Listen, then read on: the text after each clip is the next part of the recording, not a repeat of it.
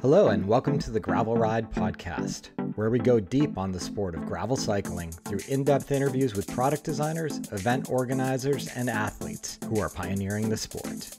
I'm your host, Craig Dalton, a lifelong cyclist who discovered gravel cycling back in 2016 and made all the mistakes you don't need to make. I approach each episode as a beginner to unlock all the knowledge you need to become a great gravel cyclist. This week on the show, I'm handing the microphone back to my co-host, Randall Jacobs, who's got Josh Poertner, the CEO of Silca, on the show to have a wide-ranging conversation about the sport and high performance. Many of you may be familiar with the storied Silca brand. It's been around for close to 100 years, but Josh took over back in 2013 with the mission of merging the highest quality materials and craftsmanship with cutting-edge design and manufacturing. When you visit the Silca website, you notice a tagline, "The pursuit of perfection, never settling, always improving." And I think that embodies how Josh approaches the sport. So I'm excited to pass you over to Randall to dig into this conversation. Before we jump in, I want to thank this week's sponsor, Logos Components. I've been itching to get back on a set of 650B wheels, and I've been waiting for my Logos Components wheels to arrive. They literally just arrived last night, and I'm super stoked, but yet disappointed because I have to go away for the weekend and I won't be able to actually ride them until sometime next week. I chose the Atera 650B model. As you know, I'm sort of big on the big tires, big fun philosophy. So I've been eager on my Unicorn, which I've been riding on a 700C set for a while now, to get into the 650Bs again and see what 650 by 50 combined with that RockShox fork is going to yield for me on the trails here in Marin. You guys may remember me sitting down with Randall talking about what makes a great gravel wheel set and everything that went into these Logos component wheels. I encourage you to go back to that conversation because whether or not the Logos wheel set is for you or not, I think Randall does an excellent job of teasing out all the various considerations you should be having when considering buying a gravel wheel set. It is no small expense when getting into a carbon wheel set, but the team at Logos has endeavored with their direct consumer model to make it as affordable as possible and make them as durable and high performing as anything out there on the market. I've ridden wheels designed by Randall for the last 3 years, so I'm super excited to see his latest vision come to fruition with these new wheels, and I'll have them underneath me soon enough. I encourage you to check them out at logoscomponents.com. Randall is also an active member of the Ridership community, so if you have questions for him, feel free to join us over there at the Ridership and connect with other riders. I've seen people pinging that their wheels have arrived, so you can get some real people answering your questions about whether they're enjoying the wheel set, how they perform, etc. And I'll have more on this in future editions. At this point, I'm going to hand the microphone over to Randall, and I hope you enjoy this conversation with Josh. Josh Poertner, thank you for joining us on the podcast. This is a conversation I've been looking forward to for quite some time. Some deep bike nerdery is probably about to ensue, so let's dive right into it. Well, thank you for having me. Always up for some deep bike nerdery. I like that. So a number of our listeners will already know who you are, but just give folks a high-level summary of what you do now. Oh, gosh. So I own Silca, or I own Aeromind, which owns the Silca brand and trademark, and all that entails. And then we also have we own Marginal Gains, which is a podcast and a YouTube channel. And our goal is to Aeromind works with a lot of pro riders, pro teams, world tour teams. We do everything, excuse me. We do everything from, performance consulting, modeling, setting up hour record attempts for people or helping them design hour record attempts. We do tire pressure work with pro teams. We do equipment choices for teams. I think some of the most interesting stuff we do is around where teams or national federations don't trust the equipment they're getting from somebody, and they'll come to us and say, bike brand X says that this does this and our riders don't think so. Can you tell us what's true? And we'll find a way to make that happen. So we've had some pretty interesting ones of those with, particularly around the Olympics with the national federations. Nobody wants to have another Under Armour speed skating suit situation, right? Where all the athletes think something is true and therefore it becomes true and nobody knows. And so, so we do a lot of that. Aeromind does that essentially. And so that's a lot of the performance work I was doing in my old world where I was technical director at Zipp for almost 15 years. And then Silca is the product arm of the company. That's probably how most people know us. We make pumps and tools but we also make a lot of crazy things that people look at me and go, oh, where the hell did that come from? Well, that probably came from some project or another. We did it in the Aeromind side of the business.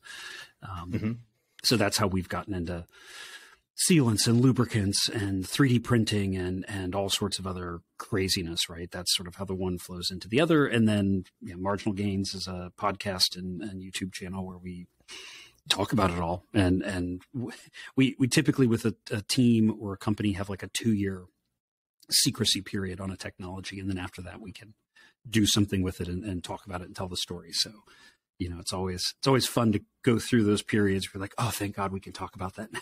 Because, we're talking about it internally all the time. And it's like, oh, can we put that in the podcast? I don't know. So that's what I do now. I play with bikes basically. Very, very cool. And when you talk about the consulting work you do, is this kind of full stack performance consulting? Is it very aero focused? Is it all technical sides, including say like bearing drag or things like this? Is it obviously positioning falls into aero nutrition? Like where does your domain start and end? Okay. I draw the line at physiology. There's a whole, there are people who are like my equivalent in that world. And my God, I could never even dream to, clean their shoes. So, no, you need someone to talk physiology, and I'll pull my phone out and we'll call Alan Lim or somebody, we have a bunch of contexts, but, Alan's one of my favorite go-tos for things like that. And be like, oh dude, I'm in over my head. Help. He's actually been on the pod before, but Craig interviewed him, so I might bring him on in the future to do my more kind of nerdy type of interview. Alan's great. No, he's a lovely guy. He's a lovely guy, and I just love. I mean, I find myself pretty quickly sometimes getting into places where people's eyes just glaze over with like, what the hell is this guy talking about? And I love that Alan can do that to me in about 30 seconds. We're talking about the stuff that he does. You're like, oh, whoa, shit, way over my head. I didn't even recognize the last 4 words that you used in that sentence. And so it's awesome to be able to be surrounded by people with that. But no, the stuff that they come to us for, I mean, when I left Zipp and started Silca, of course, everybody and their brother, came and said, oh, design us a wheel. I'm like, well, I can't do that for a couple of years, but also I'm kind of just done with that. I've lived that life. It was fun, but we continually updated wheels for 15 years, but it really is kind of like doing the same thing over and over again, and so it just wasn't fun for me. So, they'll come and say, help us design this cockpit, or we do a lot of, with our in-house 3D titanium printing, we do a lot of custom cockpits for teams, riders, things like that, where we laser scan the rider, get the position, lock that down in the wind tunnel, design the part, 3D print it, stuff like that. That's really exciting. We get a lot of, help us optimize for this time trial at the tour or the Olympics or whatever, where, what tires should we run? And we have systems and tools and spreadsheets and a million other things that we can, help them determine. And then a lot of times we get companies coming to us, really just wanting to know, which of their sponsor products should they use and when should they go off sponsor? You'll see that a lot at like the tour where, excuse me, they ride the sponsor correct product, 98% of the time, and then they're going to sneak it in here or there when it's really critical. So, what are those really critical points? And then, if they're going to risk getting in trouble or outright get in trouble, like it needs to be worth it. Right. And so they might come to us with like, okay, I need a time trial tire for this rider for this day.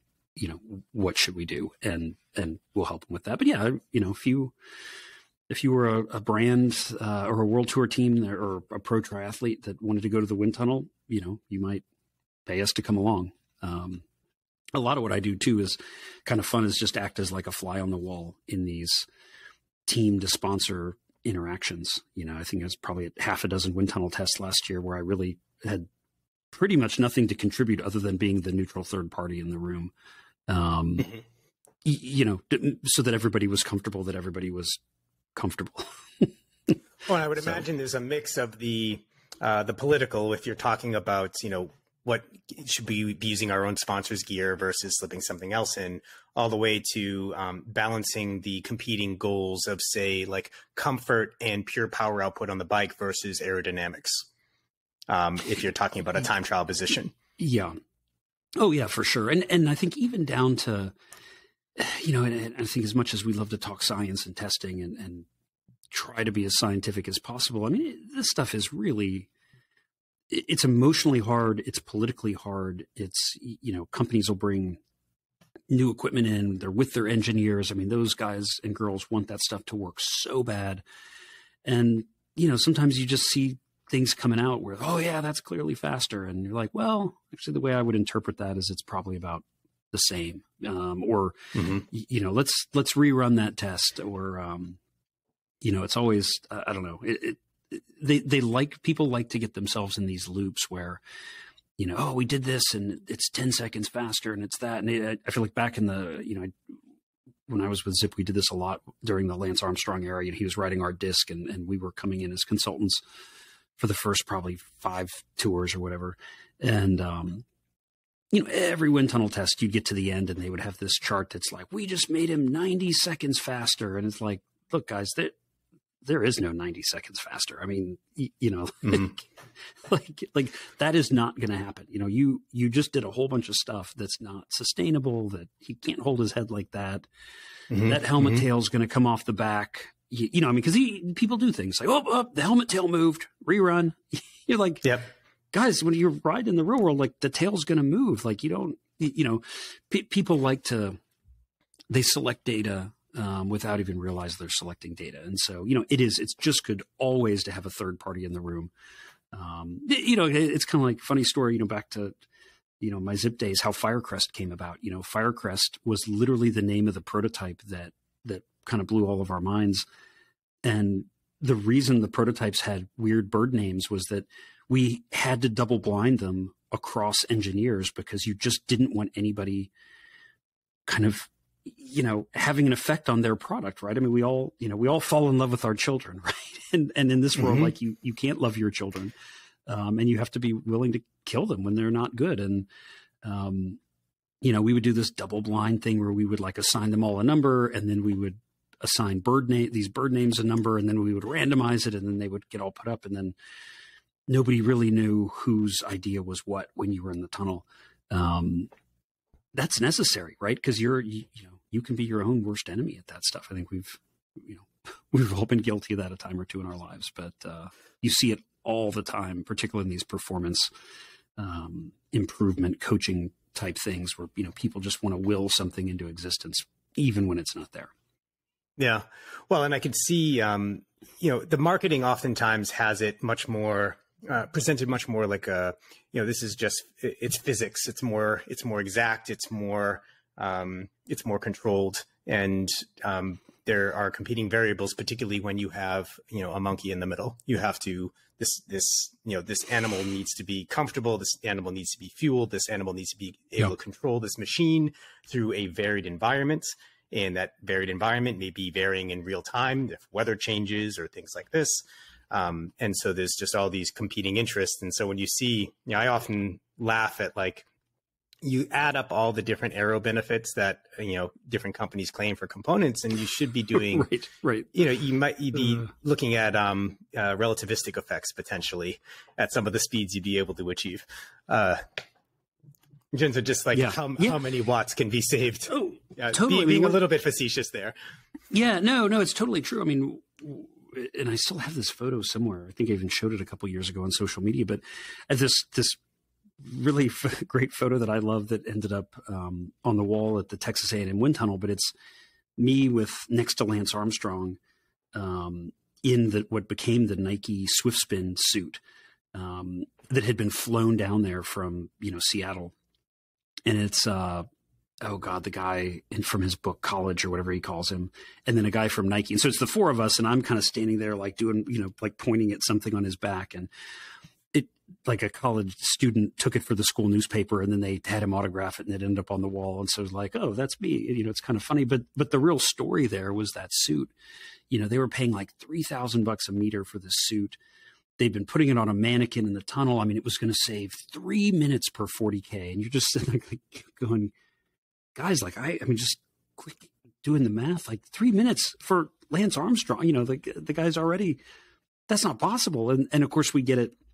We put it on him. The whole thing, it's cool. It's fancy. It was very red, and it does nothing. I mean, it literally, and the Nike people are there, and they're like, well, that's not possible. It can't do nothing. Like, well, let's run it again. Okay, now get him out of it. Put him in the normal suit. Run that one. You're like, it just doesn't do anything. And they just kept going. Well, run it again. We'll do this. Let's clothespin it up. Let's tighten it. Let's do, I bet we lost 2 hours trying to make that stupid thing look like it would do anything, and it's just people being people, and we've all done it. But I hear something of stages of grief. Like you have your baby, and like first it's denial, and then then you have bargaining. Yeah, yes. I put so much into this. Yeah, that is exactly what it is. And the crazy reality with that one was, 3 months later at the tour, they launched it anyway, and they said it saved 3 minutes, and he, and we just, I just had to laugh. I mean, I remember, him, winning one of the time trials by like a minute, and like, oh no. So Nike's essentially saying he would have lost that time trial by 2 minutes had he not been wearing that suit. Come on, guys. Yeah. Well, and I think that's headline number one from this interview is don't believe everything you read, especially if it's coming from a party who has a financial interest in it. That is true. Yeah. I tell people, don't even believe yourself. Right. I mean, truly, like you are a bad predictor of things, and you're a bad feeler of things, and nobody wants to admit that. But it's just true. I've been preaching that gospel for years, but I would say 90% of the things you think that you feel when you're on your bike, total crap. And we know that because we've done blind testing with riders. I mean, like, unbelievable world-class riders, and if you blind them to what they're actually riding, they can't tell you almost anything. Yep. All that perception goes away. The stories we tell ourselves are powerful. There is a strong placebo effect, for sure, but it has to be acknowledged that is the placebo. And if you actually had those beliefs about things that had genuine benefits, you would get both. You would get the actual benefits. Oh, yeah. The most powerful thing in the world is a placebo that actually works, right? Yeah. Where you get, it's a double whammy benefit. And so, that's where, in a nutshell, that's a lot of what, I've made my career doing, right? Is trying to help sway people towards the placebos that actually do have a benefit for them. So this has the conversation going in a slightly different direction than I was anticipating, which I'm really enjoying. So I've been diving into this lecture series from this guy, Robert Sapolsky at Stanford. It's on the behavioral biology, and it's looking at all the different ways in which studies go wrong.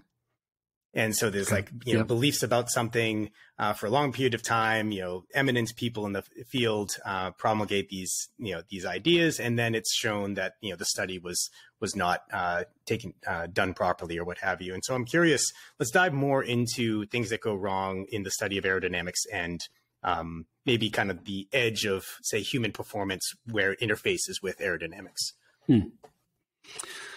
Oh, interesting. So, I mean, a good, I would say, career defining for me example of that was, we, from like 2009 to 2012, we were really all in on developing CFD for bicycle wheels. And it just wasn't working, right? Everybody was talking about it and showing papers. But I mean, the reality was like the CFD just never looked like the wind tunnel. The curve shapes were different. The data was, we're talking, it wasn't mid 90s, right?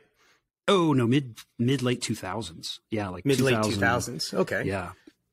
And you're having to develop something ground up, or you're having to no, adapt something from Dassault or one of these bigger vendors? Yes, I think the question at the time was, how do you really properly model the spinning wheel in flow that's also translating, right? And you look at, all the CFD stuff with aircraft, there's no rotational flow, and then you look at there's special models that people have built to look at like jet turbine engine combustion or whatever, but those are incredibly unique, and they're also, there's flow rotating, but in a different axis. And it's the F1 guys, perpendicular axis. Yeah, exactly. And then you've got the F1 guys who weren't really modeling. They were modeling the rotation of the wheels, but they were doing it by modeling a rotational component at the surface of the tire. So you weren't essentially like spinning the wheel. You were just saying, oh, there's a induced rotation about this surface. Which has been in the solvers forever. Oh, so interesting. This is because those wheels are traveling so quickly, especially the top of the wheel. If you're doing 200 miles an hour, the top of the tire is traveling at 400. And so you're having significant turbulence at that interface. Right. Well, and you have like Magnus effect, right? You're actually getting pressure differential top to bottom, from the direction of the wheel spinning. And so, we could do stuff like that pretty accurately, right? You could look at a rotating baseball and predict the direction it's going to curve. I mean, things like that were possible, but every single, and my God, I still do occasionally, but I used to probably get 20 PhD papers a year from kids all over the world. Oh, what do you think of my paper on, CFD of bicycle wheel? And I'm like, oh, it's beautiful pictures, but your data's crap.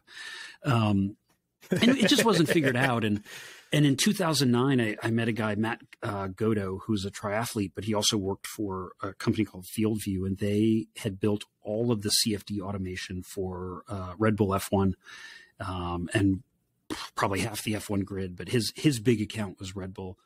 And I met him at Interbike, and he had a paper that he was working on. He said, I think I might have figured this out, but I really need to be able to like build a wind tunnel in the computer and then look at it so we can directly compare them back and forth. And so we did that. We published a paper at the AIAA, which was at MIT that year, and it went over really well and people liked it. And we published another paper the next year at the AIAA conference, and that went well.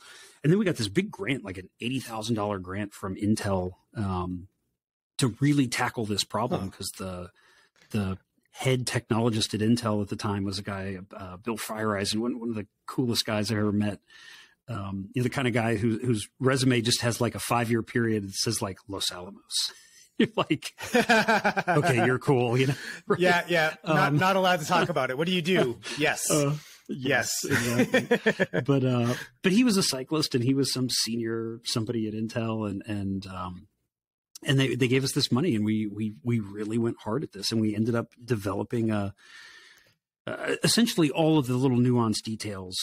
We did it in Star CCM. We post-processed it in FieldView. I think we processed it on like 1,000 cores, which for 2010 was, a lot, right?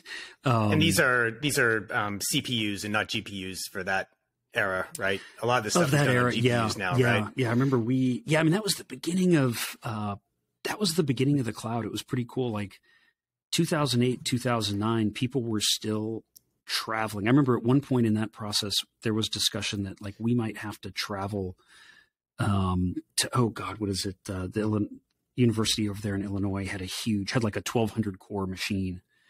And they're like, okay, we might have to go there and buy, 2 days of time. And then as that was happening, cloud, kind of the beginnings of cloud was there. And I remember we met a guy who had a cloud thing, and they had just been bought by Dell.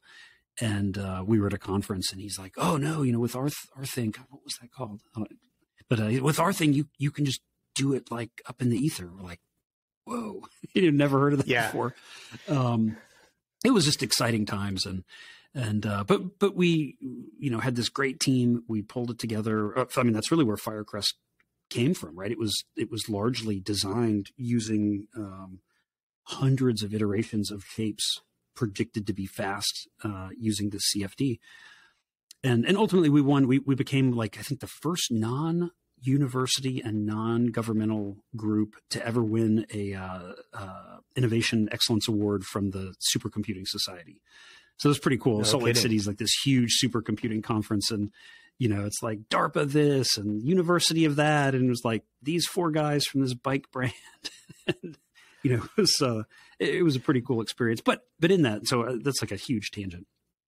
No, this is great. And just to take a stop for a second, CFD, computational fluid dynamics, software that is used to model complex multivariate systems where there's second order effects and, fluids and things like this. So anyone who's not with us on that, like complicated software for complicated system models. In your ideal world, it's like a wind tunnel on your laptop, right? In the George Jetson's version of things, it's the wind tunnel on the laptop. In the reality of things, it's kind of more like, it's about as good as guessing most of the time. But sometimes it's really good at finding certain really specific things. So I won't knock it too hard. But the thing I want to dive in a little bit here. Oh, go ahead. Yeah. Well, let me finish. The thing that we discovered in this process that was super cool was that once we had all of these we were solving for all these transients, and we really started looking at not just like the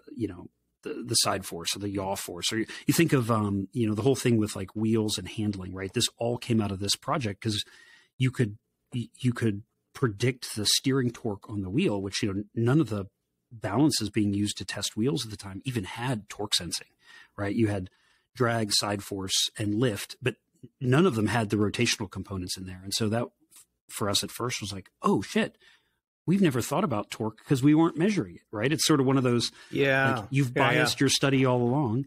But then the big one was looking at the predicted data, and there were all of these harmonic effects.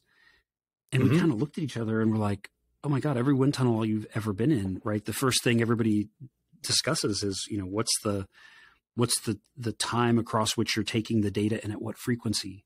And then you're averaging that data, right? Because we're all after a data point. And you could look at the tunnel data and the CFD data, and when you pulled them out of their point form into their wave form, essentially, you could see the harmonics kind of lined up. The frequencies matched. We went, oh shit, we've been averaging out a really important piece of data for 30 years. This harmonic thing is big. Like, what's your standard deviation? It's operating on a frequency that is smaller than the sample rate, or how is it? No, that's essentially, we were just idiots, and we were just time averaging all of that out, right? I mean, it's if you went to any wind tunnel you went to in the world, it'd be like, oh well, we take data for 30 seconds at whatever 100 hertz, 60 hertz, 120 hertz, whatever it is, and then we'll take an average. Oh, okay, that's fine. But what you're averaging out in there is real, like amplitude changes, largely due to vortex shedding, as it turns out with bicycle wheels. But a lot of that high frequency handling stuff, particularly as wheels get deeper. Oh God! Sorry, I'm in our studio, which is off of our kitchen, and somebody's lunchbox just leapt off of the top of the refrigerator. Sometimes I'll have a niece or nephew come in screaming, so no worries. Yeah. So, but no, we realized there was about a factor of 5 difference in amplitude between wheels in terms of those oscillating effects, right? Which typically it's generally vortex shedding, and the CFD can predict that really well, right? Where your little pressure builds up, sheds off, sets off a counter rotation that sheds off. But as a cyclist, you feel that as the wheel, kind of oscillating left to right. And let's average that out for 20 years, Yeah. So you're just taking the lump, 30 seconds averaged out data and saying, okay, it gives you this amount of benefit. And you're not seeing those. Really what we're talking about is, instabilities that may amplify or otherwise result in control issues on the bike. And I want to take a moment to just define some terms because many of our listeners are not overly technical. But I think some of these concepts are easy enough to get your head around. Describe at a very high level, you're talking about vortices. So, maybe describe laminar flow and flow attachments and vortices sheddings. How can you understand this without a technical background? Oh, those are awesome questions. Okay, so laminar flow is kind of what the world wants you to think of in the wind tunnel. You see the wind tunnel picture, and they've got like the 10 lines of smoke, and they're all kind of flowing together cleanly and beautifully. That's meant to evoke laminar flow, right? That if you were to drop a smoke or a particle in there, that they would all flow in lamini, like sheets of paper. So smooth that's a very flow going in a straight very line, smooth, controlled, predictable, flow, and it follows the contours of the thing that it's flowing against. So kind of like water flowing down a river, sort of thing. It's not perfectly laminar, but it's all going roughly in the same direction, and there's not a lot of water in a pipe disturbance. Would in a pipe, be better example. Presumably pretty laminar, right? And then you start to add stuff, water in the river. Now you've got a rock, and now all of a sudden there's a disturbance and it starts to swirl. And so you get into, more complicated types of flow. I think the big ones, for us to think about are, most drag that we deal with comes from, pressure related things. So you either have like the high pressure on the front of the rider, right? The wind that you're pushing into. This is when you stick your hand out the car window, right? The air you feel hitting your hand, that's a pressure drag in the positive direction. And then you have the flow vacuum in the back. Yeah, the flow will detach off of the object, and that'll create a vacuum behind. And so that's a suction drag.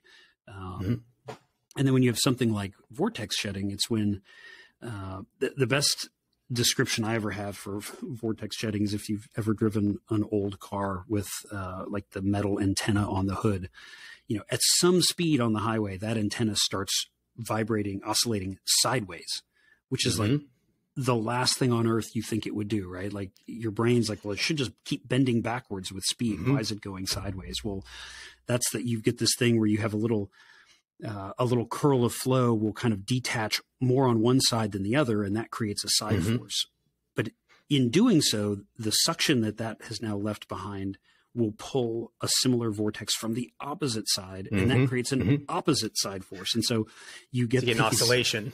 You get these oscillations, and it's huge in architecture, and it's why you see so many of these super tall buildings are kind of have pyramid shapes, or might have some sort of like feature that spirals down them to kind of break that up. I live in Boston. We actually have a skyscraper here that was flexing so much the windows were popping out. This is decades ago, and it's still they have this like funnel of air that's going through there, and just the nature of the shape of it and how air gets funneled in, it was causing enough torsion to cause window debonding. That's crazy. So then applying this to the bike, and particularly a wheel. This is the biggest effect is presumably your front wheel, where you're having this oscillation, this shift in pressure from one side to the other at a very high level. That's causing instability. It's making it so that you may lose control of the bike. It's not predictable. Yeah, correct.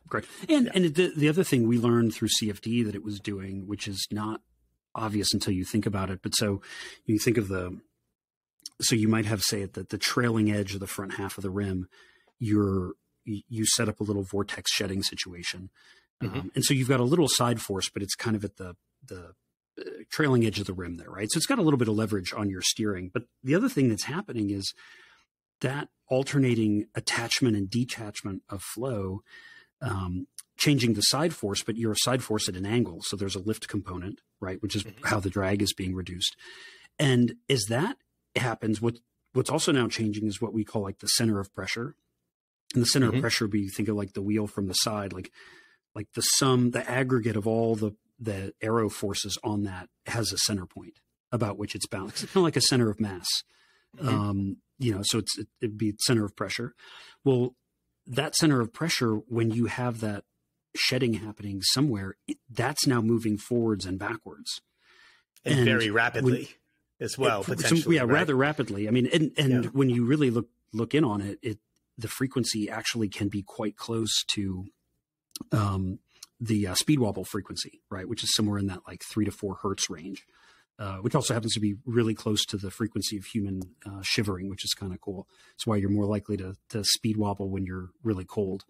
And not everyone will have experienced speed wobble, but if this is basically you hit a certain resonant frequency of the frame based on the frame's geometry, the head tube angle, what are the factors that go into that? It's top tube stiffness is big. And so, it's actually, this speed wobble is interesting. It's not, it starts as a resonancy issue, but it's really it's a Huff bifurcation. And, a Huff bifurcation. Okay. And so what you have in a Huff bifurcation is you essentially have two stabilities, would be the best way to think of it. And you are jumping from the one to the other. And so, right up until that line, so the system wants to be in one state or the other, but not in the middle. And there's no middle, right? And what's so cool, like early in COVID, we were all talking about this. What is it? The R0 value, like if it's above or below 1, and when you line that out, that R0, when R0 crosses 1, it's a Hop bifurcation that looks just like the speed wobble bifurcation. I mean, the graph, it's amazing how cool those things, mathematically, you're like, oh yeah, that's exactly the same as this. It's just here. It's in a, you get the exact same graph if you're looking at wing flutter in an aircraft in the wing tunnel. Similar bifurcation problem. But yeah, so you have essentially 2 states, and the system can get tripped from one into the other. And in the one, the bike is stable and wants to go straight, and in the other, it wants to oscillate because each oscillation is setting up the counter oscillation. And so it's, in resonance, it's more of like a runaway. You think of how that's traditionally done. It amplifies. It just keeps growing and growing and growing. And in this one, it's not growing and growing, but it just trips you into this spot where it's really bad. And it will just shake the crap out of you at the front end. And in fact, motorcycles, high performance motorcycles will sometimes have a steering damper for this very reason. Exactly. Because you'll get these speed wobbles, and so the damper is essentially making it so there's some exponentially increasing resistance. I know this. I'm explaining it for our audience, just in because again, I want to keep bringing it back down to earth. But having just like your suspension, you don't just have just a spring. You have some sort of damping circuit, so it doesn't feel like a pogo stick, which is a related effect. But very cool. And R0 for our listeners as well. Funny, I hadn't thought about that. I haven't thought about that in 2 years. As we were talking, I'm like, oh, I remember now. That was, that was, but what R0 was the, it was the contagion ratio or whatever, how many people each person would transmit to. And so if which makes sense, right? If every person's going to transmit it to 1.1, it grows. If you're going to transmit it to 0.8, it dies. So the analogy here is that the increasing amplitude of that, those pressure differentials, sending it to the system to one state or the other and causing that increasing oscillation.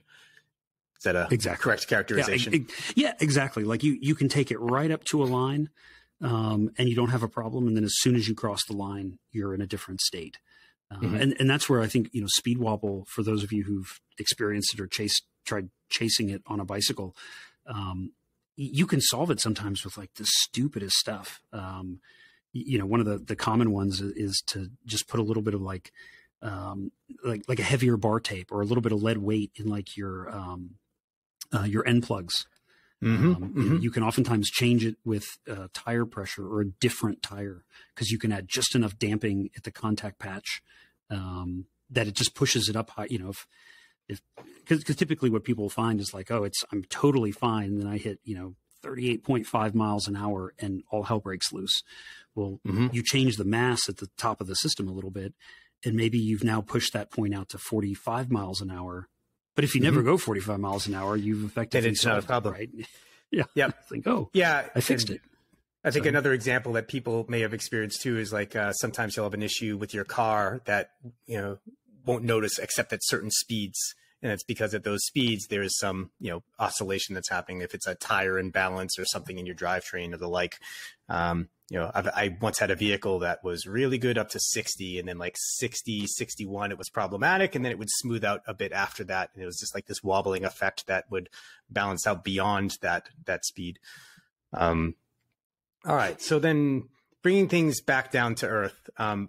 This is delightful, by the way. I could do this all day. And I hadn't quite appreciated the basic R&D and like basic science and tool building that you were involved in. So that's its own topic. That's probably not one for a podcast of this particular depth. Yeah, I will say on that, I think that's the part that I think never, the marketing never really tells that side of the story because it's just too complicated.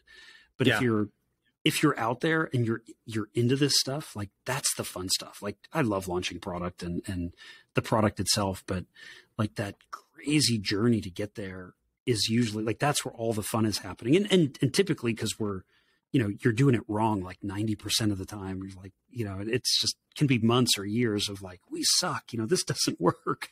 We're getting our asses kicked. And then if you persevere long enough, you will come out the other end. And it's like, wow, we needed all that stuff. Like we needed to get our heads handed to us over and over again, or we never would have figured this stuff out. I really, really enjoy that part of technology development or whatever you want to call it.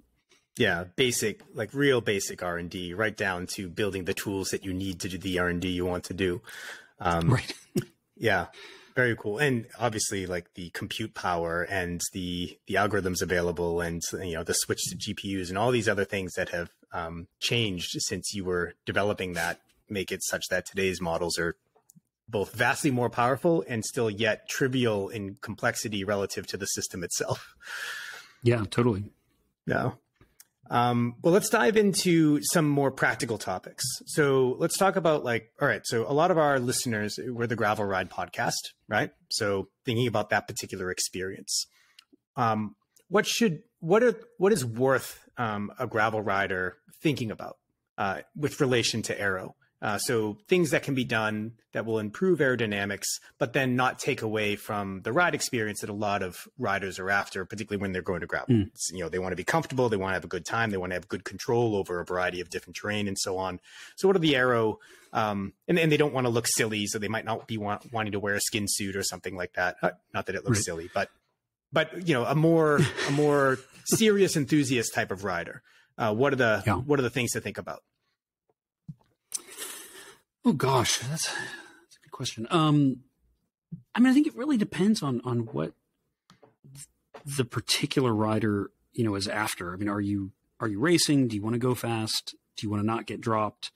Mm-hmm. Do you need to carry stuff? I would say one of the big ones that I just see and we make a ton of stuff in our company. One of them being bags, and we're constantly accused of not making bags that are big enough. And so I've been on this mission for a couple of years of what is in there? Like really, mm-hmm. What's in there? And It is amazing to me just how much crap people are carrying. You open mm-hmm. some of these monster seat bags. It's like, man, just because you bought it doesn't mean you need to fill it or use it. And absolutely there's like time and place for it. But, I think some of the stuff like that, like, oh, okay, you show up on the local gravel ride here and, people look like they're almost like bike packing. Like mm-hmm. you just don't need, it's a 40-mile loop, that starts and ends at a bike shop. Like you don't need to bring a bike shop with you. Well, you need your coffee grinder, you need your mini stove, and you need your AeroPress. Different experience. Let's assume that we're going after like a performance rider who's like doing 100-mile events. Then they're training for it, and they want to squeeze out more performance out of their existing setup, or they're considering, what bike to get, what wheels to get, what, how to set it up, even considering bike fit or, clip-on aero bars and the like. What are the different things that people can do, and what are the compromises and so on? Yeah. I think certainly for gravel, the one clear-cut, no compromise, better all-around product that I can just always recommend is like an aero topped drop bar. It is amazing how much faster those things are than round section bars. Really? like Pro Vibe or the Zipp Fuka or what, I think every company makes one. It's that big?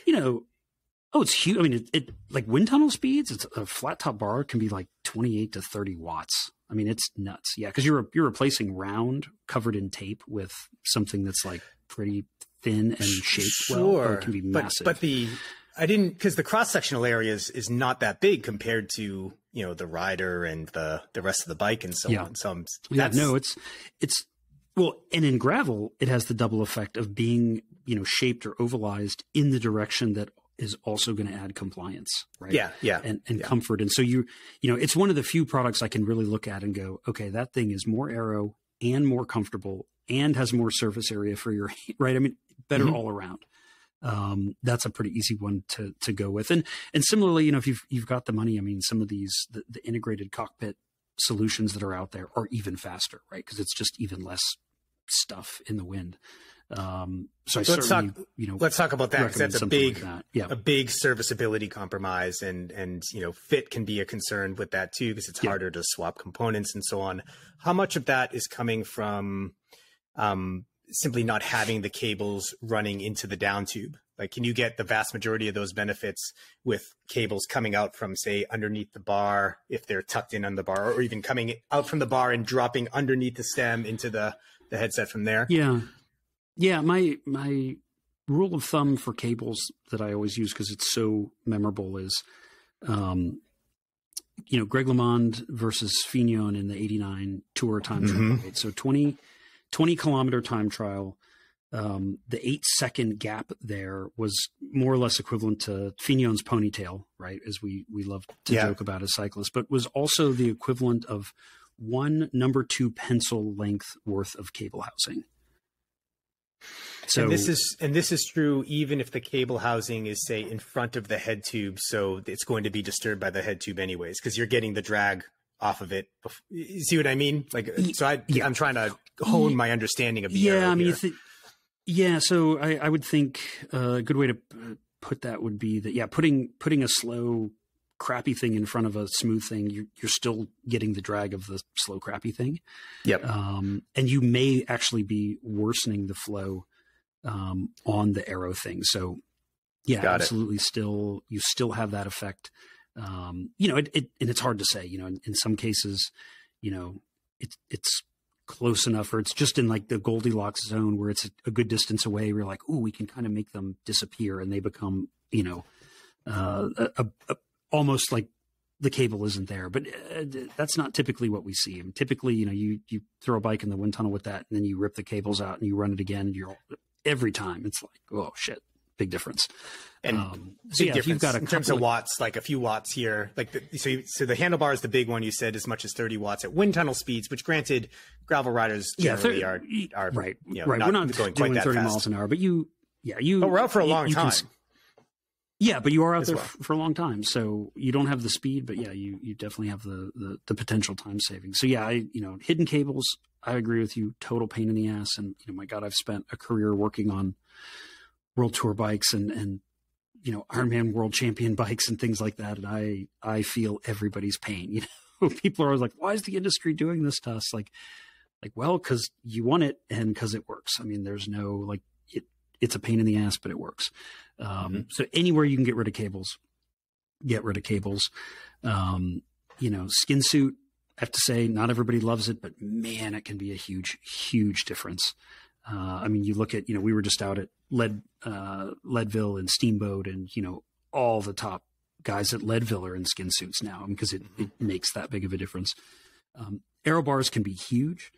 And, I think that's one I think everybody's got their own sort of flavor that they like. But, to me, like for gravel, a stubby bar that has functional pads really can be worth it, just because it's a different hand position. And it's enough that it's effectively changing your whole torso position. And it's just giving you a break all around, right? It's different pressure points in your chamois for the time that you're using it. It's different, muscles in your back. I think there's and this is the extent of my physiological knowledge, but I think it's good to mix things up like that. I know a lot of people have kind of gone to these super narrow, stubby, I don't even know what you call them, like semi-aero bars. That have mini aero bars. Nowhere to rest your weight. And it just feels like everybody I know using those is constantly complaining about their wrists, you know? And so I again, not a physiologist. But the change in frontal area, is that just an unmitigated benefit, or are there circumstances where you can reduce frontal area and, you know, have a negative result within the realm of, you know, changing a rider's position? Yeah. You know, a lot of it depends on your baseline and how good you are positionally. I think, you know, when, you know, we do a lot of position training with top athletes, and, you know, the best place you can be that's not an aero bar is on the hoods with level forearms. Mm-hmm.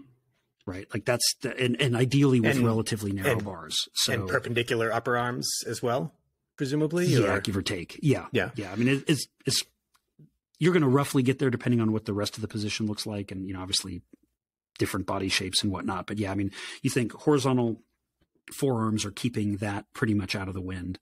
Mm-hmm. And they are also keeping it. It's just hard to hold that position in a way that you're also still opening your chest.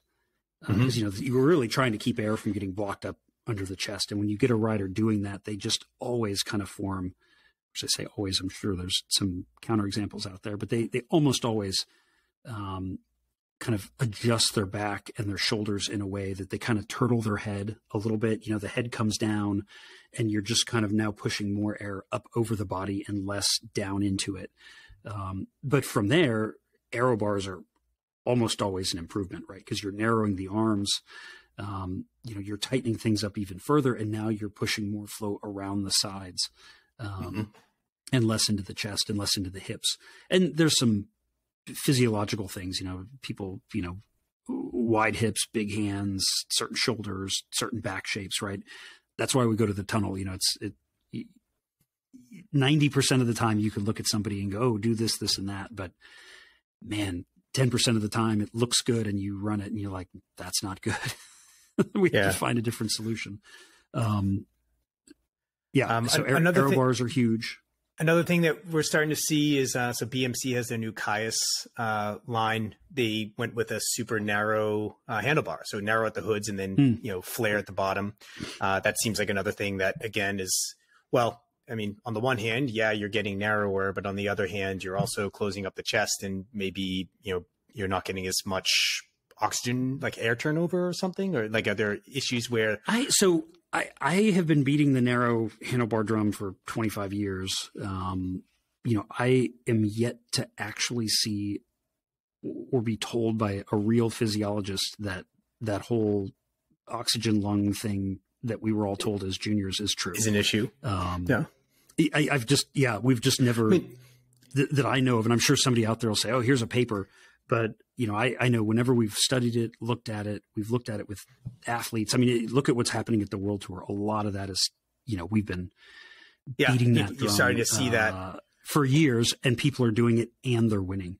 And I wonder why aren't we seeing it with extreme flare as well, like a compound flare at least, so that you can still keep a, you know, a reasonably vertical lever position, because then you could go even narrower and have still have the leverage for the descending and so on. Is that a tradition thing? I think some of it's that. I think some of it is just, you know, how far do you really want to push the UCI?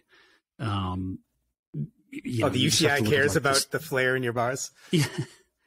Oh, they will. Yeah. I mean, I think there are actually rules putting some limits on that. But yeah, at some point it's going to look funny enough that you're going to draw attention and they're going to go, wait a minute.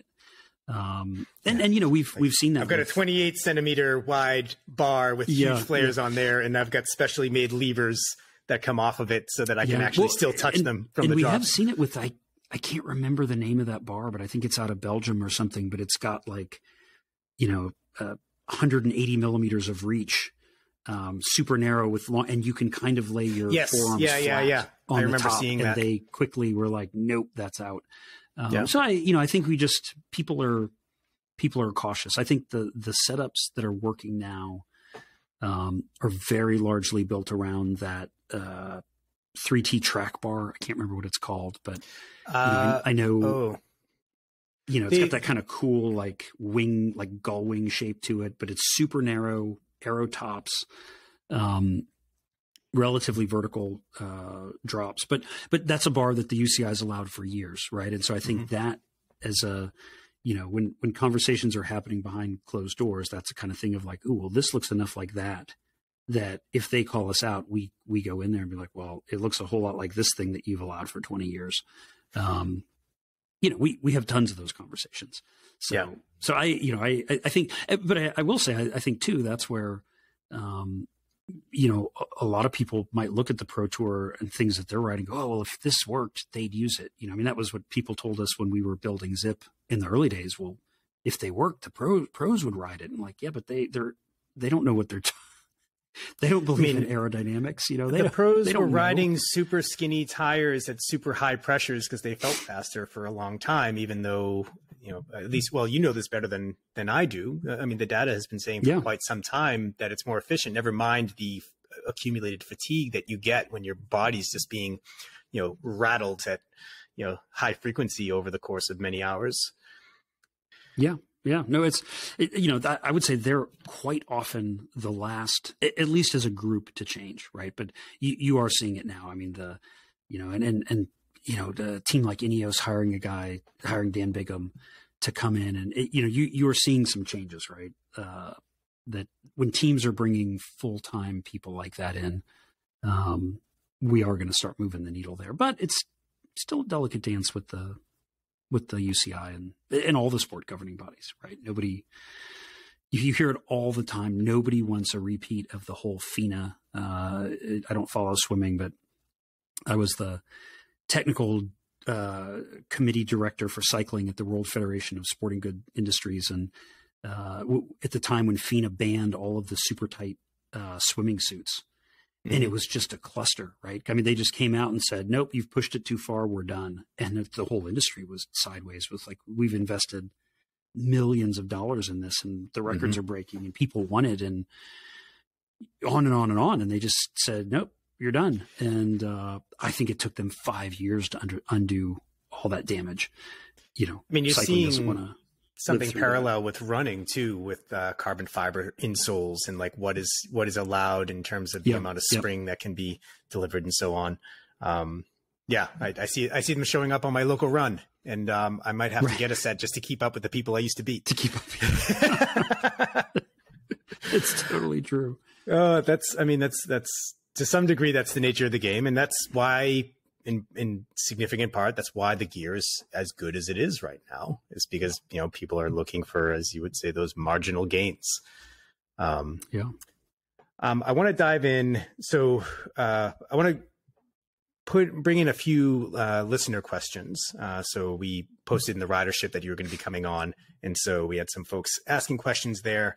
Probably the biggest one that came up was talking about, Craig and I brought up the rule of 105% on the podcast before, but citing it. It's not a deep understanding at all. So tell us about how that emerged and how it applies, particularly in the gravel scene where you're looking at tires that are much bigger.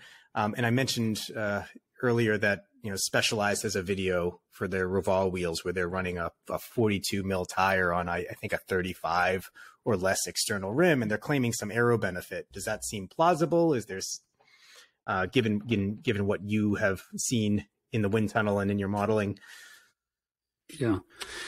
It's totally plausible. And I guess we'll start with rule of 105. So rule of 105 was really, I realized pretty early in my career that you had to come up with sort of rules of thumb for things or nobody would listen to you.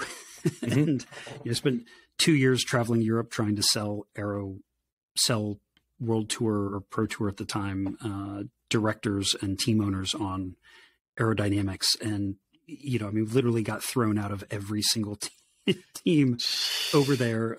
It was we just got laughed out of the room. Just imagine really any of those team directors could have just adopted it at that time and had this huge advantage and didn't. That was, I always said, Uli at SRM, thank God, he was developing his thing. And when I walked in to pitch Bjarne Riis, he was already on power meters. And so that's when it hit me, like really the moment of like, oh shit, the watt is the currency here. The watt is the lingua franca, right? Because we talk grams of drag and this and that. And, you know, and a lot of them were still talking about calories and kilojoules and, BPM, you know, these things. And it was like, heart rate. Exactly. And so it was like, oh, wow, I have watts and you have watts. Okay. We're, you know, Rosetta Stone, baby. We're on. We could, now it's an optimization function.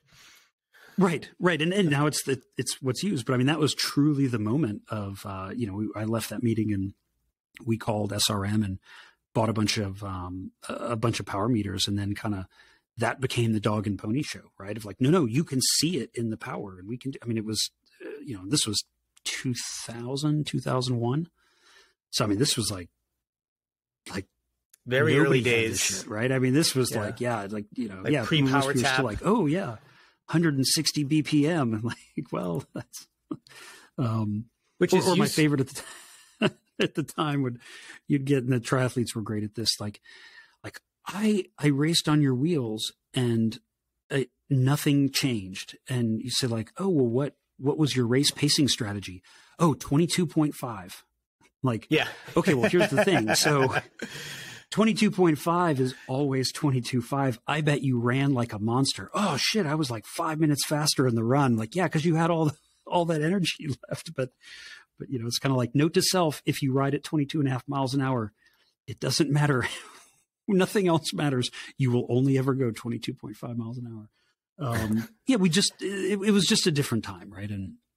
And so I had been, I think 2001 was 2000 was the first time I was invited to the tunnel with, Lance Armstrong and Johan Bernil and that whole group. And, you know, obviously they were on Zipp discs, which Trek was buying, but Head was their wheel sponsor officially. And so, they had that Head 3-spoke wheel. And I noticed in the tunnel, the bike always had this like Continental TT, 19 millimeter Continental TT tire on it.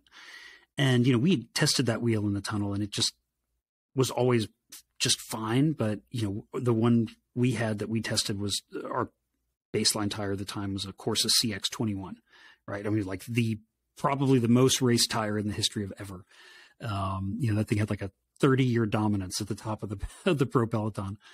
And like, wow, that wheel looks amazing with that tire, but it's pretty average whenever we tested. And so really fell down this rabbit hole of like, what are the tires doing? And similar time, Craig Willett, who had the Bike Tech Review, one of the first like online blogs of the late 90s about bike technology, he'd gone and done a wind tunnel test of disc wheels, and he borrowed a Zipp disc that had a 23 millimeter tire on it that was pretty well used, and the wheel just looked terrible.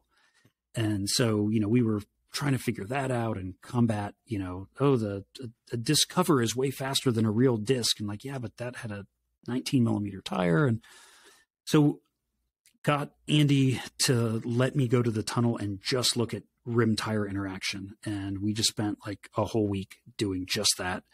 And what we came out of there with was this realization that, and it makes sense when you just diagram it out. I've got a YouTube video on this that people can look up, Rule 105. But if you're going to keep flow attachment on the leeward side, right? So you got the windward side, like the side the wind is coming from, and then the leeward is, you know, the opposite. So this is assuming that it's coming at an angle. There's some yaw involved. At an angle, right? Yeah. Right. Yeah. And it's almost always coming at some bit of angle, right? Yeah. It's almost never purely straight on. So we had to really start thinking in terms of, okay, there's always some crosswind. I think that hadn't fully been appreciated. But then, you know, if you wanted leeward side attachment, the rim couldn't be in the shadow of the tire because the air separates pretty early off the tire. Yeah. And so you can just visually look at it and see, oh, wow, you know, if they're equal at 2 degrees of yaw, the rim is shadowed, right? And so everywhere beyond that, your attachment is hopeless. But if the rim is wider, especially if the rim is wider up at the tire, we could maybe keep that flow attachment quite high. And so as a result, you know, the rims of that era, the sort of V-shaped, U-shaped rims, people were doing in the 90s, early 2000s, became toroidal and hybrid toroidal and some of these other variants that we ended up developing, but they started getting wider. And you went from, the flow attachment would break off at between 2.5 and 5 degrees. And all of a sudden, I mean, we could keep flow attached at 12.5, maybe, I think when we did the 808 in 2003, 2004, that had flow attachment at like 17.5 degrees. I mean, that was just not ever been seen in a wind tunnel, right? So the bike isn't moving relative to the flow, so you're controlling that angle. Right. Yeah. So 17.5 degrees, which was nuts, right? I mean, it at was 30 miles an hour. I mean, that's almost a side wind. It's almost perpendicular. You do the math there and you realize that doesn't happen very often. But what that means is the percentage of time that you're riding in conditions where the flow is attached is extremely high. You think of those early V-shaped rims, you maybe had flow attachment down in the 5 to 10% of riding time. Mm-hmm. And by the time we get to 808 and toroid and some of the shapes we have now, you probably have flow attachment in the 90%, 85+% of ride time. I mean, it's just a much improved experience. And then where, presumably there are different parts of the rim where that attachment is more relevant. Like the top of the rim is traveling at twice the speed of the bike, right? Because it's going forward and the bottom is stationary. And so can you talk about like where most of the benefits are coming from in terms of wear on the wheel, and then in terms of like the depth versus the width and things like that? Yeah. So for pure drag, you're sort of like 3 o'clock, 9 o'clock positions are really key because that's where your section is shortest relative to flow. And that's also where, from a handling perspective, your lever arm, so to speak, that the wind has against you is the longest, right? So that's where, if you think of the wind trying to like torque the bars out of your hand, well, that's where he's got the largest torque wrench. If you get higher in the wheel, it's shorter. But then as you get higher in the wheel, now you should be able to force, right?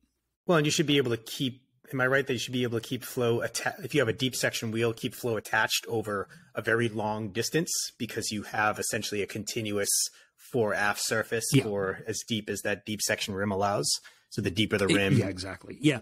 As you slice a wheel and you keep coming up, you see, you go from it's a cross-sectional shape at 3. And now that cross-section is getting deeper and deeper and deeper and more elongated. And that's why you typically, even bad rim shapes tend to not be that bad as you get higher, right? Because the tires become essentially a sharper leading edge, and things tend to your section over which the flow is in some cases 3-4 times as long. And so that's where but as you improve that sort of 3 and 6 area, you do end up improving things up there as well. And then of course you get into problems of like that first 808 was 27 millimeters wide and designed to be run with 21 millimeter tires, but in an era where the bike makers were obsessed with narrow. And so now you all of a sudden have a problem of like you're damming up airflow between the rim and the fork blade because the fork, Cervelo insisted on having their fork blades super squished together, and because now it looks you have cool. other, tight tolerances, and now no one can run a bigger tire on those old bikes. I actually wanted to ask you about the Lotus bike, the Hope HB.T Lotus track bike. Yeah. So this is a really radical bike. I'll try to remember to put a link to it in the show notes. But it seems like the core thing that they've gone after here is pushing those fork blades as far away from the wheel as possible and doing the same thing with the seat stays. So talk about that. Like why don't you see that on road bikes? Why don't you see like a super wide fork with a skinny tire in the middle? So it's funny, we actually originally did the late 90s at Zipp. We made a fork that had 100 millimeter wide crown and vertical legs. And it was actually welded by a local guy here out of A-arm strut from an IndyCar. And we put that thing in the tunnel and realized like, holy crap, this is really fast. And that's where we also, it's kind of a true story around why Zipp abandoned the 3-spoke. 3-spoke wheel only in the tunnel can be pretty quick. 3-spoke in a fork was nowhere ever nearly as fast. Because the interaction with the fork blades? Right. And that's, what I always tell people, the easiest way to think of this is the sound. Oh, right. Yeah. Nobody, you're getting these pressure buildups and releases each time that's big spoke goes past the fork. Okay. And then the further away you move the fork blades. Yeah, it gets quiet. And so we actually built it to try to understand that. And that's when we put it on the Zipp 3001. And I mean, I remember running that. We're just like, holy shit, that's the fastest bike we've ever tested. That it's funny. The guys at Zipp still take that bike back and use it as a benchmark to test. And it's to this day as fast as almost anything out there, even though it's 25 years old now or whatever.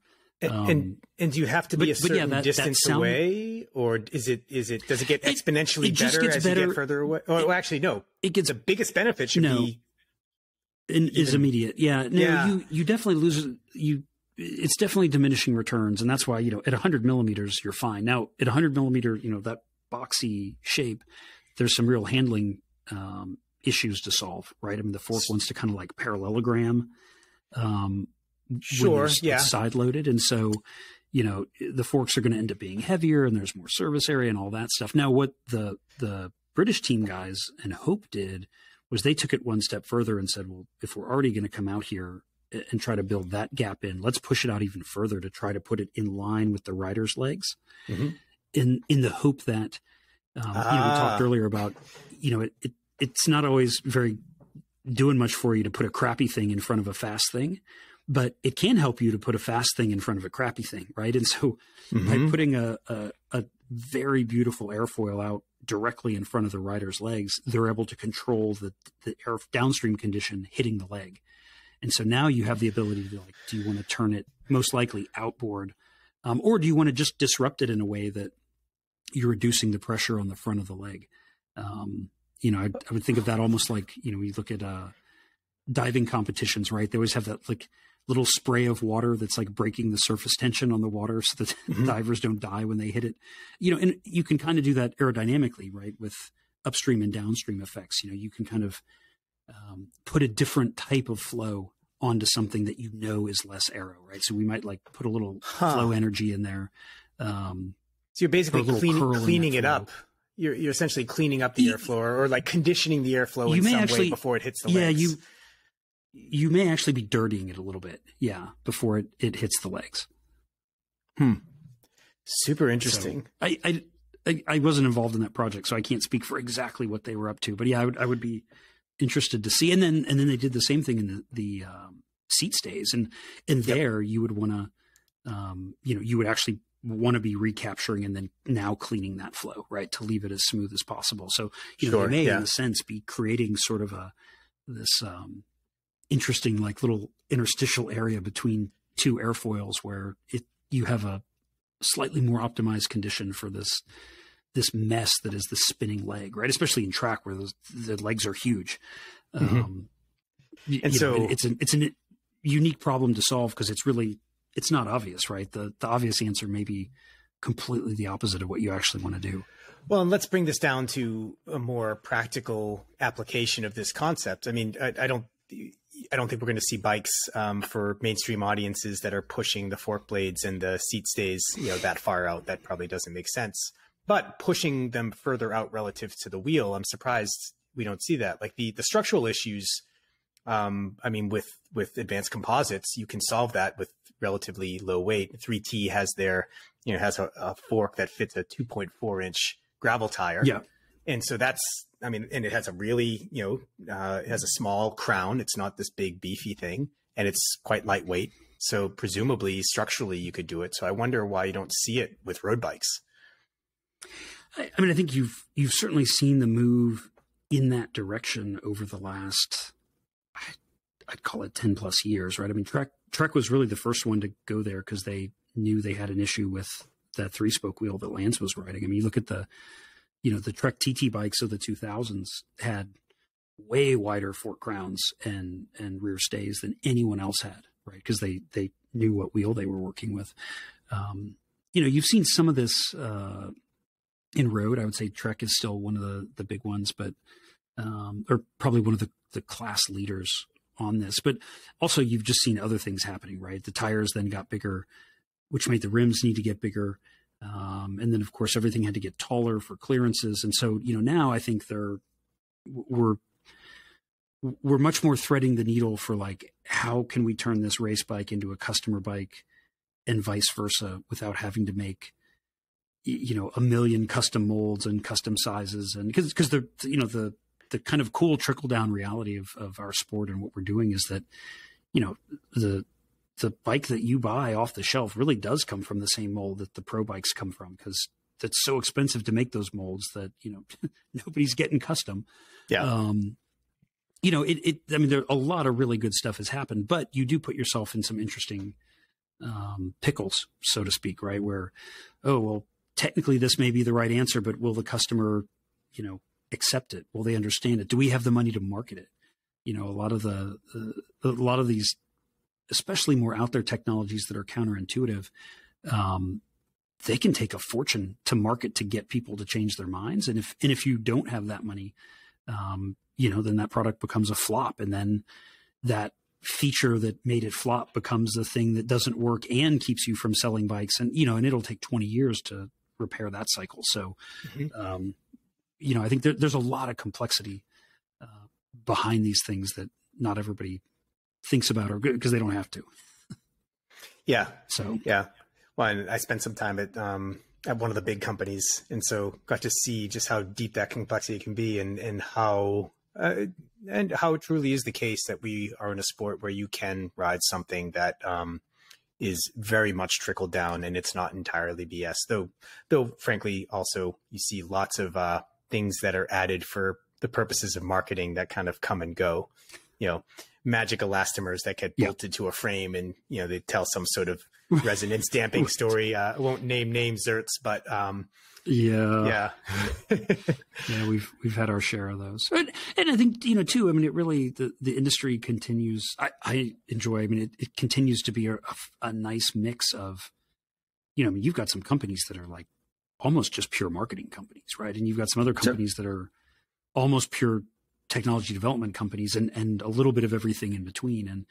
And the pendulum swings, right? I mean, it is nice to see that we certainly lived it with CSC, that you had, Specialized and Cannondale and Trek were dominating. And then our scrappy little, group of misfit toys like showed up with CSC and all this aero stuff. And all of a sudden we're like punching way above our weight, right? I mean, that was a true Moneyball situation when you look at it historically, right? I mean, this team that had an entire team budget of less than Lance Armstrong's salary became the UCI world #1 team. And we did it not just through the marginal gains, but those marginal improvements of, if you can get every rider to finish on average 4 places higher than they would have finished, right? I mean, you're just working every last little angle. But all of those aggregate into something, I remember a couple of years in, we're like, wow, we're going to be a top 3 team this year. Like, that's crazy. Who was your bike sponsor at the time? Cervelo. Yeah. Okay. Yeah, I was just going to say, like, I'm thinking like Gerard and Phil White, Gerard Vroomen and Phil White. And yeah, I mean, they just had, so I didn't realize that you guys all collaborated. I hadn't drawn that connection. It's a little bit before my time. Once we got Bjarne interested in the wheels, he, the Shimano Campy at the time, SRAM wasn't a player yet. You had to take full grupos, and which meant, included like wheels and shoes and all this stuff. And so we knew if we were going to break in, we had to put, like I said, I mean, truly, we called ourselves the Island of Misfit Toys. And so we went and got Phil and Gerard, and we got Claudio at FSA, and we got SRAM to come in as like a cassette and chain sponsor. And, FSA was cranks. I'm trying to remember. I think we were buying the Durace shifters. But yeah, I mean, that whole thing was put together. I always love, I tell the story. First time I met Phil and Gerard, they were in this hotel at Las Vegas for the Interbike show called the Tam O'Shanter, which was like one of the sleaziest, worst places on the strip. And we stayed at this horrible place off strip. So it was maybe even worse. But those places tend to be really cheap because they want to get you in to pull their one-on bandits. I've done that before. It's just going terrible. To Interbike back in the day. And it's but but so I hear about them through one of the team mechanics, like, oh, you need to meet these guys. You know, they're also looking to break in. And Andy and I go over there, and there's just this smell, you know, of like lacquer. Like, are they people huffing paint? You know, what are they? And it's Phil and Gerard are painting the bikes for the show in the parking lot, and they're hanging them to dry in the shower of the room. Wow. And it was like, and of course we met him, and within 5 minutes we're like, okay, you guys are like us, like, let's do this. And so, yeah, over the next, that was probably 99, 2000. But yeah, so when we had this opportunity to break in it with CSC, it was like, okay, let's get the band together, you know? And man, we just got all these crazy folks together, and everybody, like, if you wanted to come in, it had to be, you had to have the data, you know, you didn't have to have money, but you had to have the product. And, you know, that the structural advantage that team had for the first really 4 years, I mean, was huge. You know, it was like they were just, you know, we would joke with them, like, you know, you're basically riding a time trial bike compared to what everyone else is riding. And, you know, in time, they believed it. And it really did. What we said at the beginning of the show, it became the placebo that was also the real thing. Mm-hmm, mm-hmm.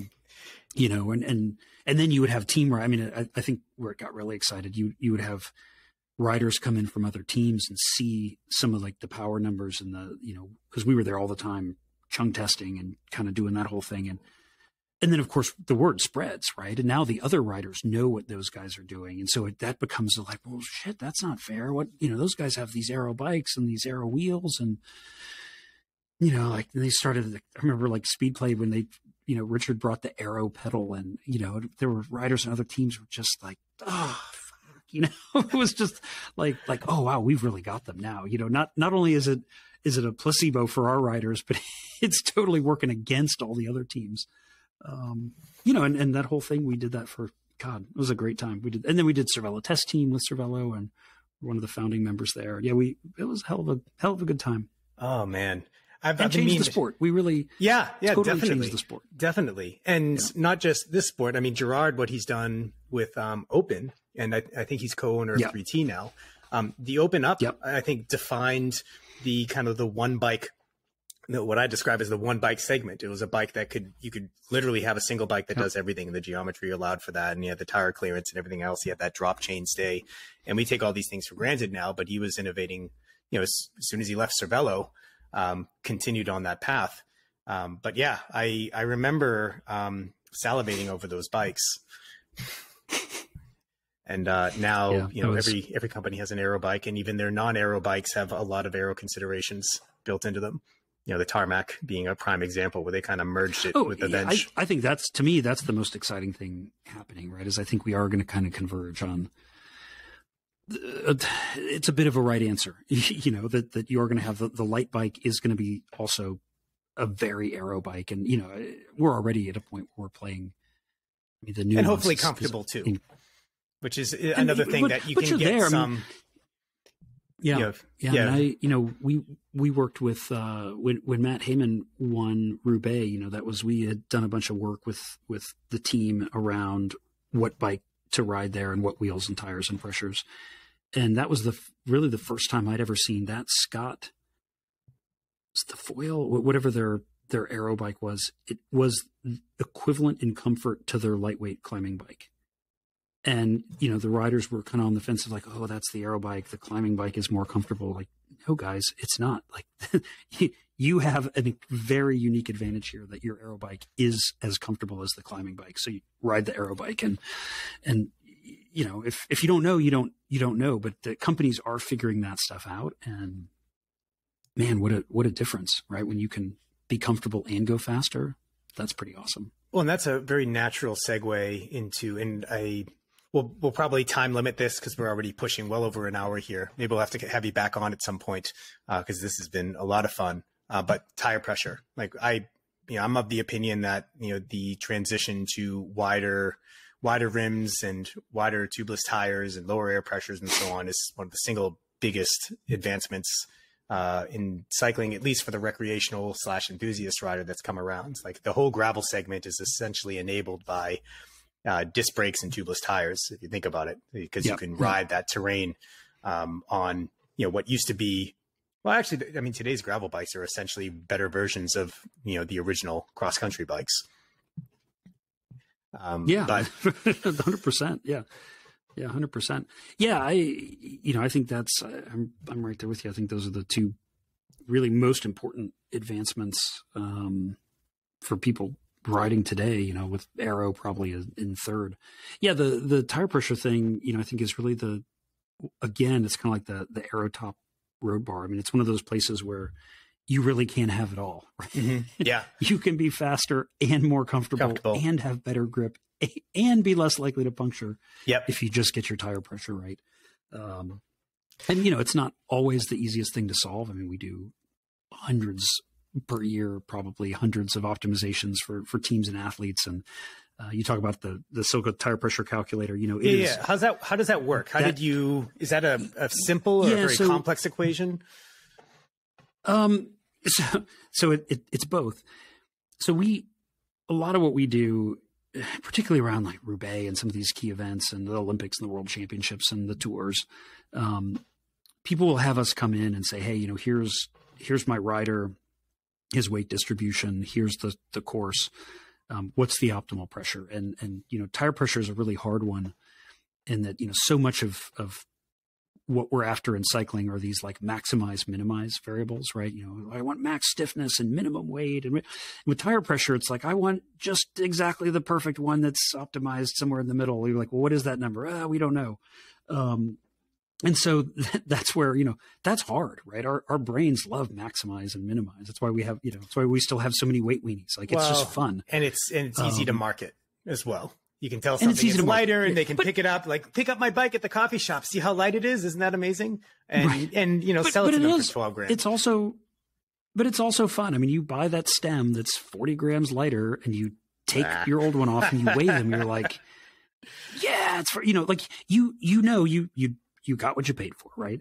And with these optimized problems, it's really hard. Effect. Like, yeah, totally. But with these optimized ones, it's hard. Like, well, I don't know, that one doesn't feel faster or it feels different. It's, like, how do I see it in the data? Well, we have methods. The Chung method is the one that we use with some other various technologies. But, we can go out and have you ride laps and tell you what the optimal tire pressure is for you on that course, right, at your weight with your tire. Using accelerometers and things like this to look at vertical deflection and things like this. We actually have a whole bunch of cool things that we use, but all you really need, and you can do this at home. And if you look up the Chung method by Robert Chung, it's also called virtual elevation. All you really need is a power meter and a GPS enabled computer that you can get your data out of. And Robert, who's a dear friend of mine and one of the smartest humans I've ever come across, he's a demographer at Berkeley and just a brilliant guy. But he says it best, the thing, engineers were taught to find ways to get ever cleaner data, and demographers are always stuck with crap data. Mm-hmm. And so they developed all these other tools to work with bad data. And he had this idea, I think watching one of the World Championship events, of like, well, if I could just fix something, if I could just fix a couple variables, I could try to calculate CDA and CRR if I had the power files. And define the terms real quick. CDA is like your coefficient of drag times your area. Mm-hmm. So it's a CD is a non-dimensional coefficient. Engineers love non-dimensional coefficients because we hate units. And so we use CD that, like a sphere always has the CD of a sphere no matter how big it is. Mm-hmm. And so you can scale say, invariant essentially to be exactly. Yeah. And so then the A is the area. And so that's, times. And that's the scale. So it's just a way that we talk to each other because it's simpler. And we're lazy. It just really is true. Like it's teasing out the thing that's most relevant too. What matters is if it's scale invariant. If it's a scale invariant effect, then you only need that makes sense. So CDA and what was the other one? The other term? CRR, which is coefficient of rolling resistance. Okay. And that's the same thing. That's a true non-dimensional, and it's just a coefficient. The problem with CRR is it's got so many. It's like when people talk about it, they're always like it's 0.000. Like people's eyes roll back, and it also makes them seem like very small numbers. But when you work them in the math, it can turn out to be a pretty big number. But anyway, so Robert has this idea of how he can solve for these two in a situation that he otherwise knows nothing about. And he, from like Strava data on the web, realizes he can kind of do it. And so he gets with some other smart people, and ultimately they develop the calculations here. And there's a free online tool called Golden Cheetah that you can use to solve for it. And and so we've used that for 10 plus years, and we do a ton of these for teams and riders and athletes, and the tools have changed, but the numbers kind of stay the same. I mean, we're doing it now on laptops and phones, and the power meters are much more accurate, but the outputs haven't changed all that much. And so it hit me a couple of years ago that like, wow, you hear Google and Amazon, these people talk about how valuable the data is. Like, wow, I think we're sitting on something really valuable, which is that we've got 4,000 real world tire optimizations where we know the tire width, the rider weight distribution, the surface roughness, and the pressure that was the fastest, right? And so, when you think of the graph of the coefficient of rolling resistance for a tire, the challenge we've had for the last 30 years was everybody's mental model of what that graph would look like comes from lab testing. And, you put a tire on a smooth steel roller and you get this like dropping line that asymptotically approaches some number as the pressure gets higher, right? And so you just look at that and go, well, higher pressure is faster. Done. What we've learned in the real world, once we had the techniques to do it, is that curve shape is actually something like a V. At some pressure, that line kicks up again and the resistance starts to get up. And that's because you're now vibrating and lifting the bike and the rider system, up and down and shaking them to deal with the roughness as the tire gets harder. And so what our data had was literally like over 4,000 optimizations where we had solved for that break point, right? The bottom of the V, the peak minimum rolling resistance for a weight and a tire size and a surface roughness. And so I thought, oh, wow, I bet we could put this together and start to kind of draw lines of correlation, like, rider of this weight across surfaces, across tire widths. And so what our calculator does is it, in actually a very simplistic way, it puts all that together and then draws really lines in between them, right? So we're essentially making curves to fit, a rider of your weight has a curve that looks like this on this tire. And on this tire, it looks like this. And that's all coming from real data, but it's all very simplistically done when you really get in there and look at it. But we're able to interpolate the missing data points. The other thing that's fun with our calculator is like, if Peter Sagan's weight on the day that he won his Roubaix and his measured tire width, and you plug that in there, you'll get the air pressure that he rode. Because that's also how it works, right? So there's some fun gems in there. If you know the right numbers to key in, you can get to some really cool little things. But yeah, we're essentially just saying, hey, this is what's proven to be fastest in the real world, and so we're just going to give it to you in a way that it takes 15 seconds to calculate your version of it. And this is available at Silca.cc for anyone listening. We'll put a link to that in our show notes as well. We actually link to your calculator on in our FAQ for Logos components, just because it's so well done. Cool. And just to bring this, and we'll close up with this, but so if you're using that calculator, I want to kind of tease out how to apply it. So one way to apply it would be just take the numbers and put them in. And I think that probably works really well for a more controlled environment like road. But say gravel, you have a lot more variation, which you've taken into account in your calculator, but the rider's technical ability plays substantially into the off-road experience, and even equipment choices like a dropper post. that allows you to have, different weight, just to shift your weight distribution, to have, more travel between your body and the bike. So using your arms and legs as suspension. And, if you ride loose versus riding tight, all of these are going to come into play. And so, you can start with these, I guess my perspective, and I'm curious yours on this, is particularly for more technical gravel situations, use it as a starting point, but then find the one that makes you feel most confident for the terrain that you're riding, and then maybe bias, you might go slightly lower to get more traction or cush or whatever it is you're after, pushing, obviously with the limit of not wanting to bang your rims against rocks. But, there's a certain technical competency that's required, technical elements and riding style elements that seems, I don't know, it seems to me more relevant in gravel, though you tell me. You understand this a lot better. Oh, I think there's a ton of truth to that. I think the couple of blind spots we know exist in the calculator. The biggest one is that, these data points come from, really the fittest athletes in the world. Yeah. Yep. And they're in most cases riding like the fastest, most supple tires.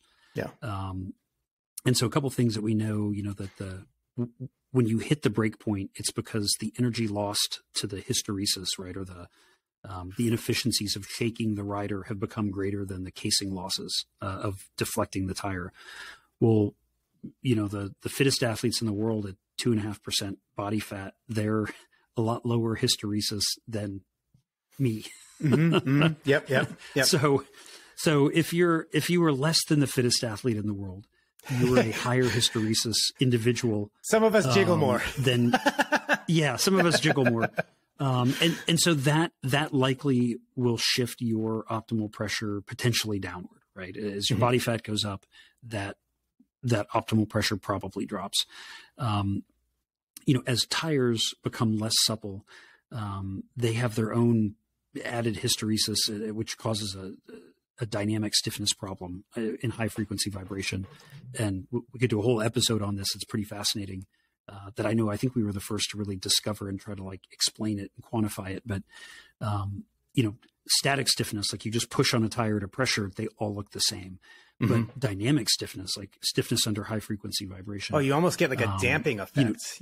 With a stiffer sidewall. So the spring can't respond as quickly.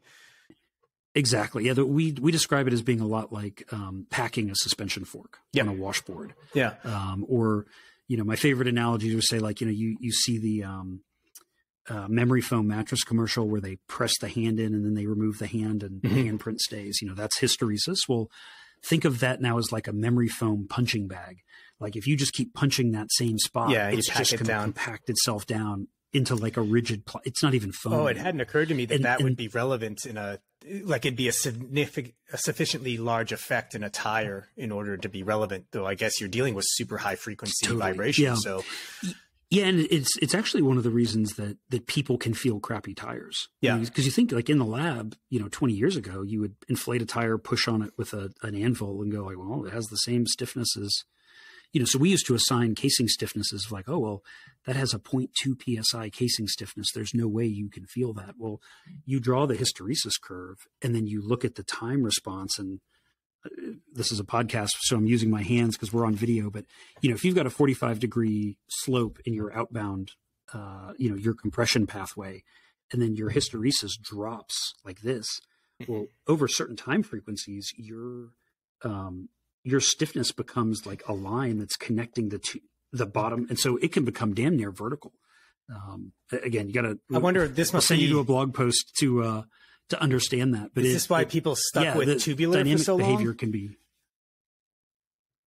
No, that was more tradition and pressure, but I think it's, okay. It's one of it ultimately becomes one of the reasons that people stuck with high pressures for so long, is that they equate those high frequency vibrations with speed. Yeah. That's not true. I made that mistake. And that also makes you not feel that crappy tires are slow because they feel fast because they have a lot of high frequency vibration. Right. And so, you think of like trying to convert people from, poor tires to fast tires, they might say, well, it doesn't feel fast and it's too comfortable, or it's too, it's like, well, it's just not beating the crap out of you because it's a better tire. But we now have the tools that you can see that that's quicker. But that's another, and we've now added a compensating factor for that in our calculator. But if you're training on armadillos, you need a different